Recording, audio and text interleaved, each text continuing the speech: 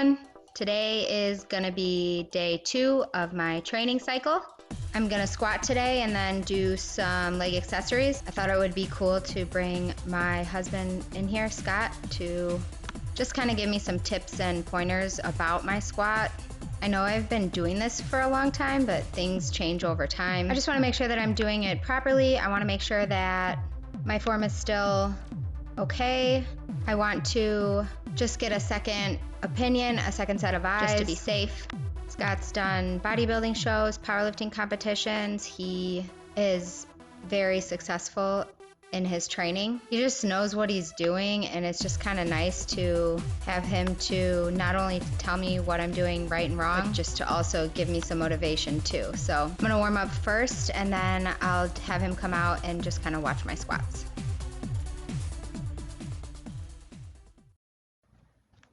First, I have to apologize for the lighting and the sound. I understand that it's not great, but this is a learning experience for me too. So I'm working on improving it for the future, but I do apologize. As I mentioned in my first video, I always start off by foam rolling.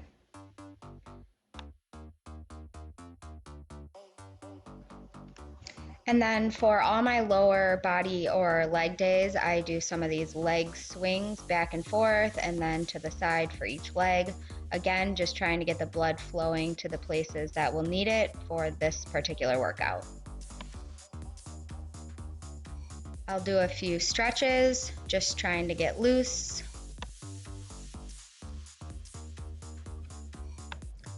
And then I'll start my resistance band warm-ups.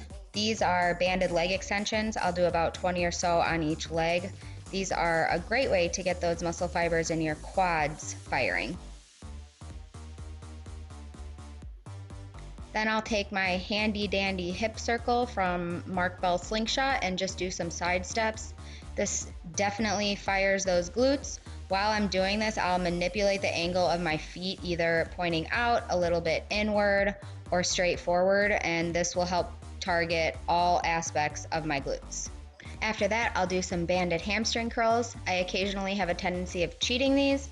One cue I try to think about while doing this is keeping my hips on the floor. My first warm-up set is always with an empty bar, no sleeves, and no belt. I'll whip out about 8 or so reps pretty quickly.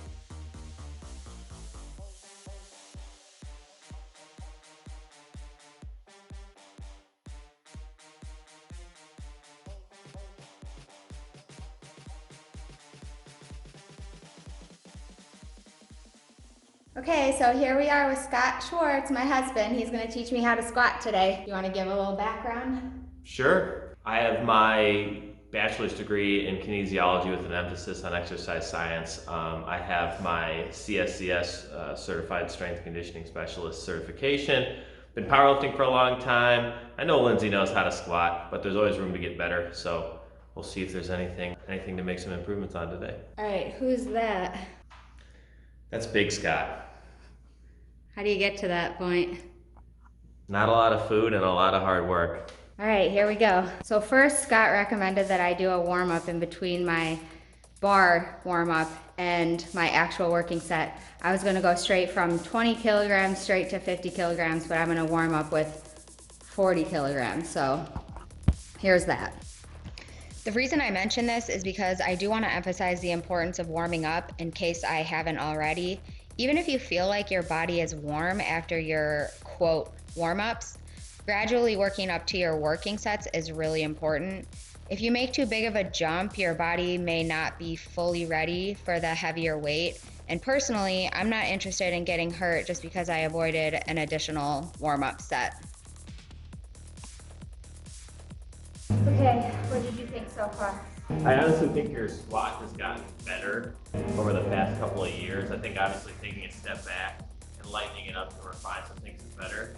If there's a couple things that I know that you frequently do is you use a lot of stretch reflex out of the bottom, you kind of bounce out of the bottom, which is good and bad.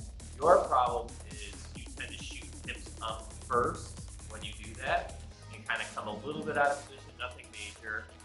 Also, you tend to have a little ankle collapse, meaning that you tend to kind of pronate your ankles a little bit and roll on the side of your foot rather than keep pressure throughout the whole movement. Both of those things kind of contribute to you kind of losing your upright torso. But really, the goal of a squat is just to drop those hips below the level of the knees and come back up. There's a lot of ways to make it work. There's a lot of techniques and styles that are acceptable and safe. The primary thing we're going to look for is a neutral spine, a lack of knee valgus or knee collapse, and just even pressure on the feet so that we're getting most out of the musculature. So we'll try that again. We'll just go through a couple tips as you're going, things to think about, cues that might help maintain the best position possible. I'm gonna put 10 more kilograms on the bar and try to keep in mind all of the things that Scott just recommended. Well, I'll be telling you while you're working. Okay. So remember, it's even foot pressure. You want to push through your big toe, pinky toe, and heels all at once. And you're already doing something that is a problem. There you go. Head forward, eyes forward. Don't look up. Look straight forward. Keep your eye levels consistent all the time. And so that even foot pressure, let's see you keep those feet flat on the squat. So you don't want to collapse.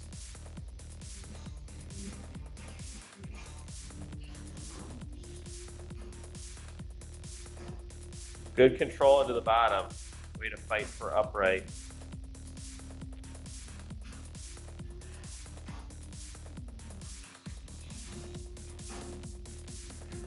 Drive those knees apart as much as you can. Keep that chest as high as you can on the descent. There you go. That was the best looking squat yet.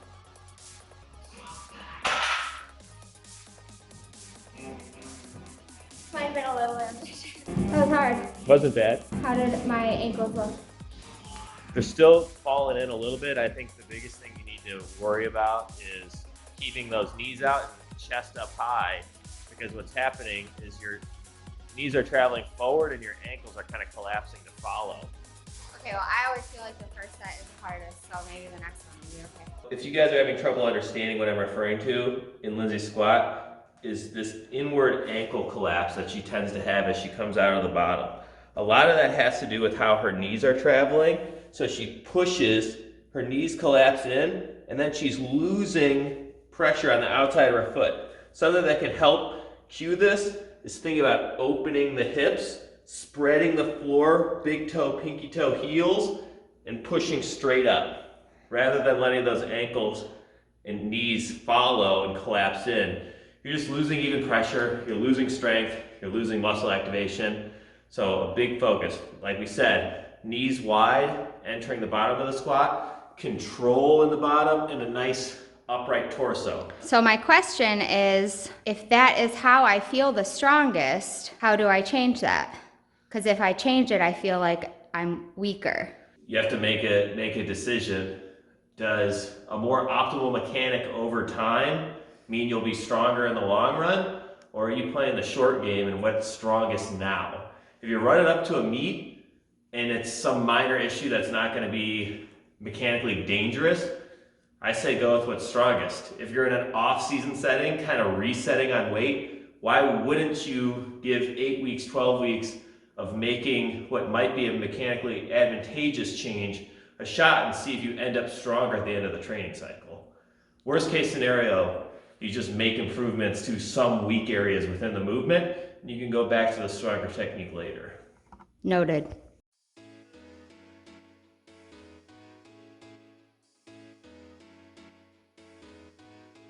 Just go ahead, neutral spine, big breath into the belly. Really drive those knees out. Don't let the weight come off the outside of your feet. There you go.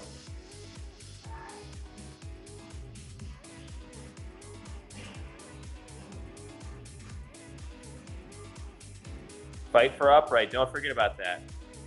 Knees out, let the knees travel forward as well. There you go. That's better.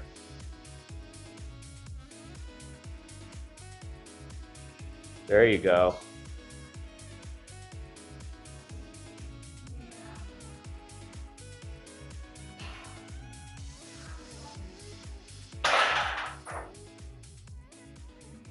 My legs are shaking. Holy moly. Another kind of chronic problem that Lindsay tends to have is that she tends to break at the hips first and really make the squat a hip hinge rather than a squat. And what I mean by that is when she initiates the movement, she goes here first.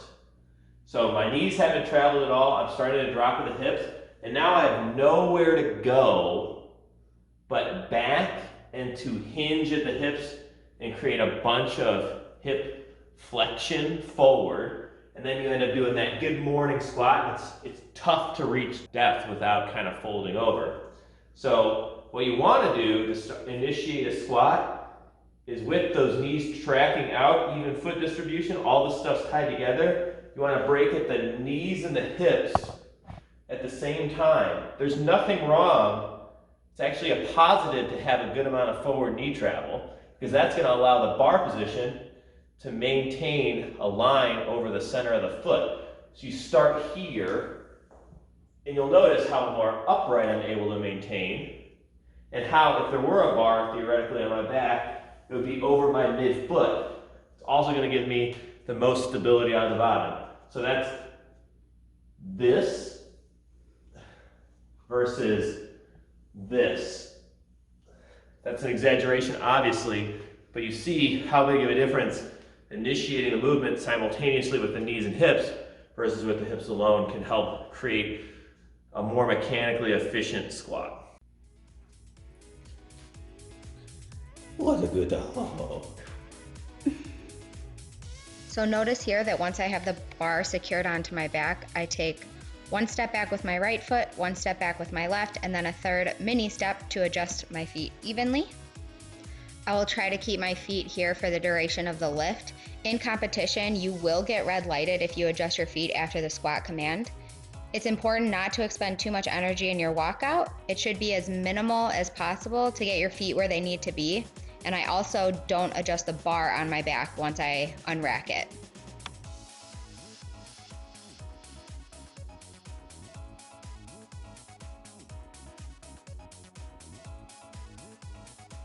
I could tell that I shot my hips up, especially on those last 2 reps. I was really trying to focus on keeping my knees out, but it's a lot to think about in one movement. So I guess that's what makes people good squatters, is that they kind of just put it all together. So Been a lot of hard work, been a lot of hard work, been a lot of hard work. That's what I'm working on right now.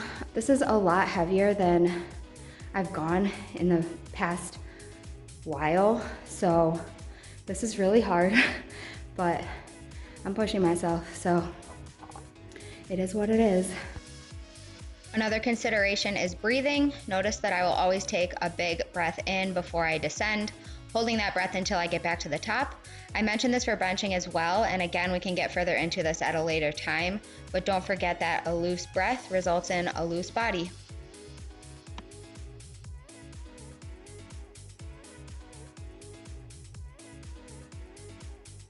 That last set was extremely difficult. I felt like I did pretty good on all my reps except for the last one. I felt my chest drop. So overall, I think it was a good few tips that Scott gave me that I tried to keep in mind. Sometimes it's easy to forget and just kind of go through the motion. So it's nice to have somebody kind of walking me through all of it. So thanks, Scott.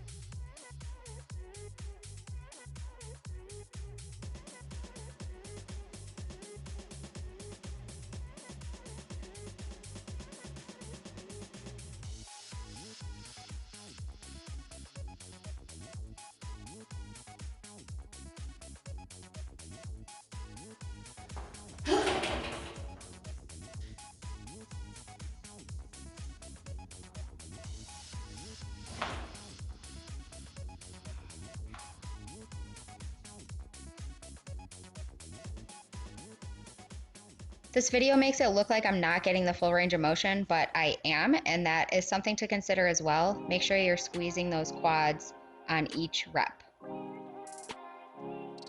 Romeo, what you doing?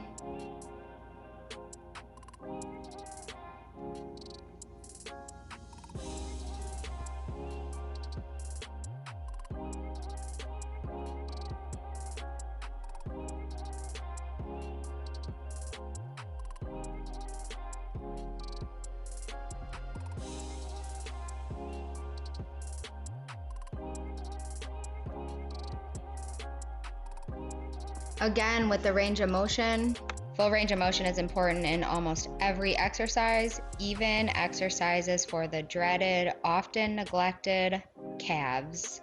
Okay, just finishing up this leg workout. Overall, I feel pretty good about this day. My legs are pretty beat. I'm gonna give myself a couple days rest before I get back in the gym. Just maybe some walking in between. Nothing super heavy, nothing strenuous. So I do want to give my body a little chance to rest because it's definitely not used to getting beat up like this. Next time I will be benching and doing my chest and tris accessories. And then after that, I'll have a deadlift and back day. Thanks for watching. If you like this video, please like it, subscribe, share it, all the things. I appreciate your support, and until next time. Next time on Peace, Love, Pots and Pans, I'll be increasing the volume on my bench press, whipping out the dip bar, and targeting my chest and tris. Thanks again for watching. Check out my website at peacelovepotsandpans.com for more information on health, fitness, nutrition, and anything else that you want to hear about.